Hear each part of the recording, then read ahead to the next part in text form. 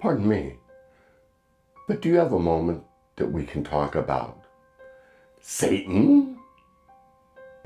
Behold the subtle working of my talents. Today, we take a little trip into the past. Or do we? Roger Corman, the auteur of the low-budget classic, brings us The Undead. And yes, heads do roll. On a dark city street, Diana, a streetwalker, is approached by a mysterious stranger. It's Quintus, a practitioner of the psychic arts, and he needs some help from Diana. He spent the last 7 years in Tibet studying past lives and how to regress to past lives.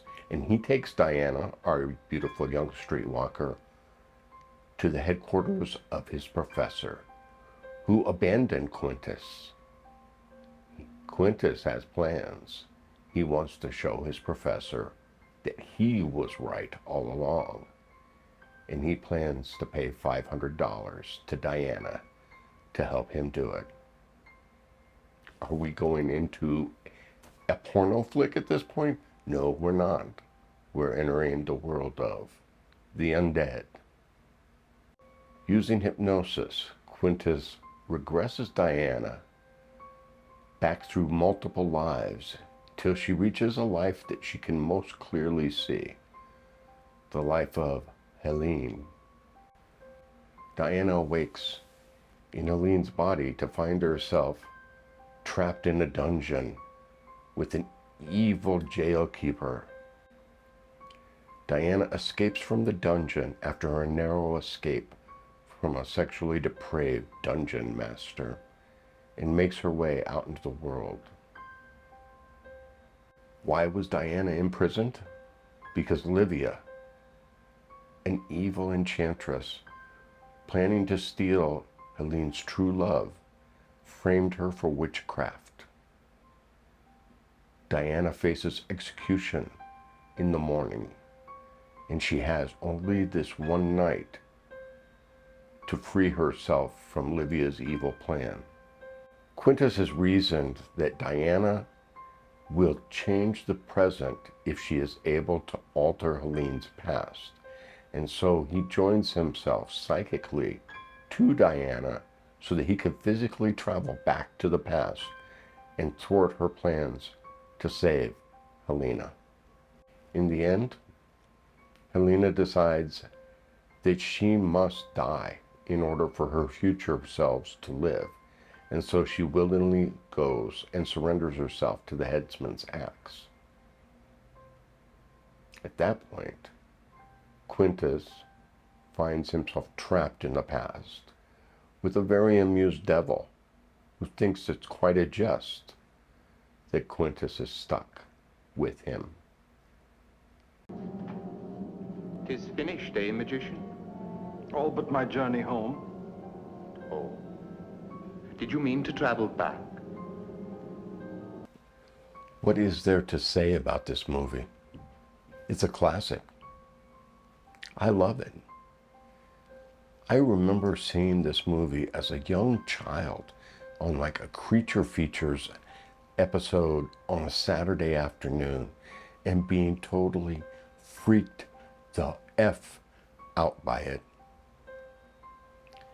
There was something about the combination of the storyline from the past into the present, along with the emphasis on beheading and how many beheadings occur in the course of this movie, that just really made me nuts.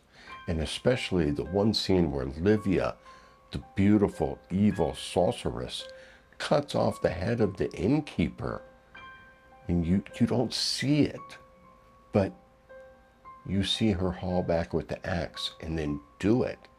And you hear the head thump into the basket at the man's feet. It terrified me. I remember I had nightmares about this movie. So don't miss it. If you get a chance to watch it, watch it. It's great. It's a blast. It's fun. Where did this movie come from?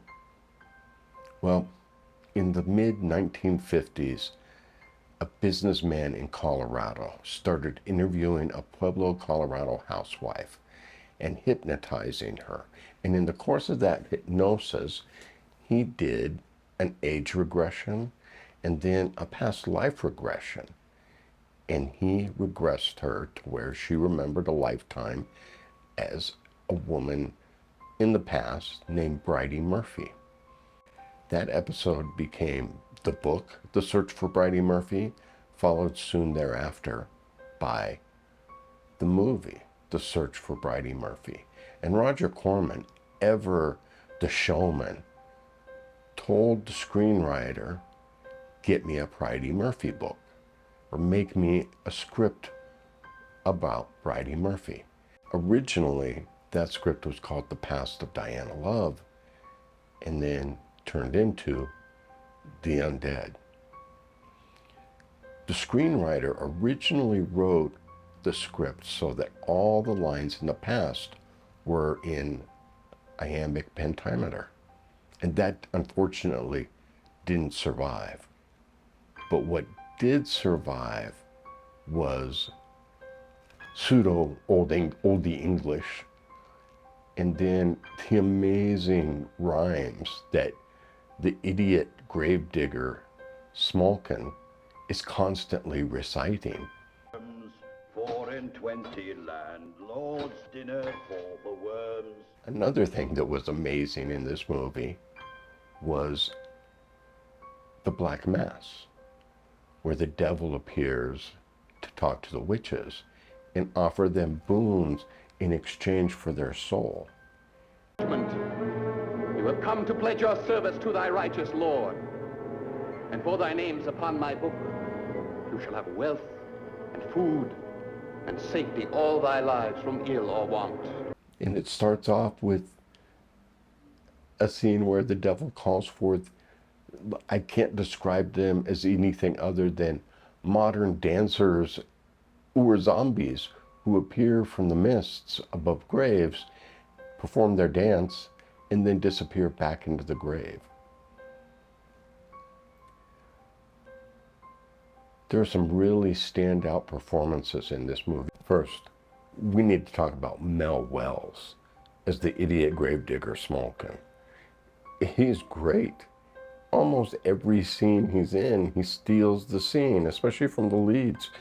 It's just between the lines he was given in rhyme, the nursery rhymes converted into some bizarre, crazy, scary rhyming stuff. It's just, his performance is great. It's wonderful. And really, his performance alone would be enough to make the movie a great thing to see. Then we also have Richard Devon as Satan. As Satan, Richard Devon chews the scenery as Satan. He just tears it up every time he's on screen. From the over-the-top evil laugh to his challenge to Quintus, let's see what's going. Do you care to make a bet on the outcome of this? It's a great performance too. And this is a man who went on mainly to do soap operas, some secondary character acting in movies, but mainly soap operas through the 60s. But based on just his performance, he is so much more talented than what he ever got credit for. And finally, we have to talk about the person who really steals this film. 'Tis a wager, then, my twisted copy of a wizardess. Try every trick you know, I'll vanquish thee. Allison Wells as Livia, the evil witch.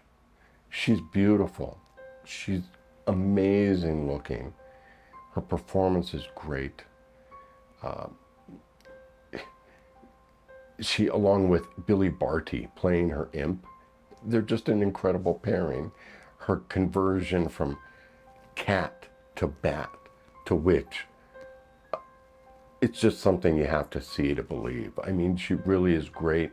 The only other movie that I really know about that she was in was Attack of the 50-Foot Woman, where she played the 50-foot woman.